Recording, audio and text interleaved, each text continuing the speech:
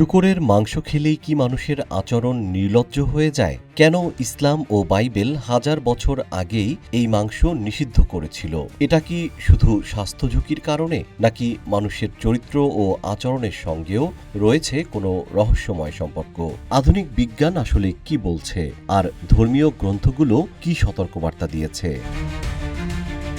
মহান রব্বুল আলামিন পবিত্র কুরআনে সূরা আল বাকারার ১৭৩ নম্বর আয়াতসহ মোট ৪টি স্থানে শূকরের মাংসকে সম্পূর্ণ হারাম বা নিষিদ্ধ ঘোষণা করেছেন। পাশাপাশি বাইবেলেও এই প্রাণীকে অপবিত্র বলা হয়েছে।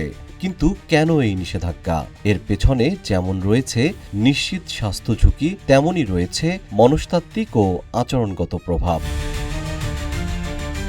জীবন অবাক না করলে কে করবে? 28% মিল্ক ফ্যাটের অবাক করার সাথে ফ্রেশ মিল্ক পাউডার। জীবন অবাক করুক প্রতিদিন। শুধু ইসলামই নয়, ইহুদি ধর্মগ্রন্থ ও বাইবেলের পুরাতন নিয়মেও শূকরের মাংসকে অপবিত্র ও নিষিদ্ধ ঘোষণা করা হয়েছে।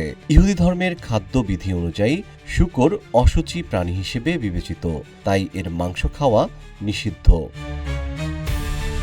এই প্রাণীর মাংস মানুষের মানসিকতা ও আচরণের উপরও প্রভাব ফেলে, এমন একটি ধারণা অনেকের মধ্যে প্রচলিত। বিজ্ঞানের একটি প্রচলিত সূত্র হল, মানুষের খাদ্যাভ্যাস তার আচরণে প্রতিফলিত হয়। এই ধারণার সমর্থকেরা দাবি করেন, এর কিছু লক্ষণ বিশ্বের সবচেয়ে বেশি শূকরের মাংস খাওয়া অঞ্চল ইউরোপ ও আমেরিকায় দেখা যায়। সেখানে কেউ কেউ নিজের স্ত্রীকে বন্ধুদের সঙ্গে ভাগ করে নেন, আবার কিছু পার্টিতে এক ব্যক্তির স্ত্রীর সঙ্গে অন্য ব্যক্তি নাচ করেন। এর কারণ হিসেবে অনেকের বিশ্বাস, পুরুষ শূকরও তার নিজের স্ত্রী সঙ্গীর দিকে অন্য পুরুষ সঙ্গীকে সঙ্গম করতে আকৃষ্ট করে।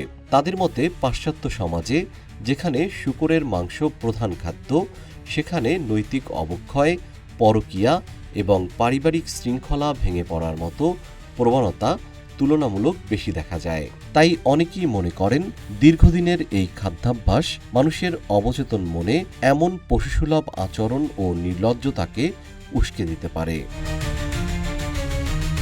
শুধু মানসিকতায় নয়, শূকরের মাংস মানবদেহের জন্য অত্যন্ত ক্ষতিকর। চিকিৎসা বিজ্ঞানের মতে, নোংরা পরিবেশে থাকা এই প্রাণীর মাংসে টিনিয়া সোলিয়াম বা ফিতা কৃমি এবং ট্রিসিনেলার মতো মারাত্মক পরজীবী থাকে, যা মানবদেহে প্রবেশ করে মস্তিষ্ক, কলিজা ও পেটে জটিল সংক্রমণ তৈরি করে। এছাড়া এতে থাকা অতিরিক্ত চর্বি রক্তে কোলেস্টেরল বাড়িয়ে হৃদরোগ ও উচ্চ রক্তচাপের ঝুঁকি বহুগুণ বাড়িয়ে দেয়। জিএম শিহাব, রূপালী বাংলাদেশ।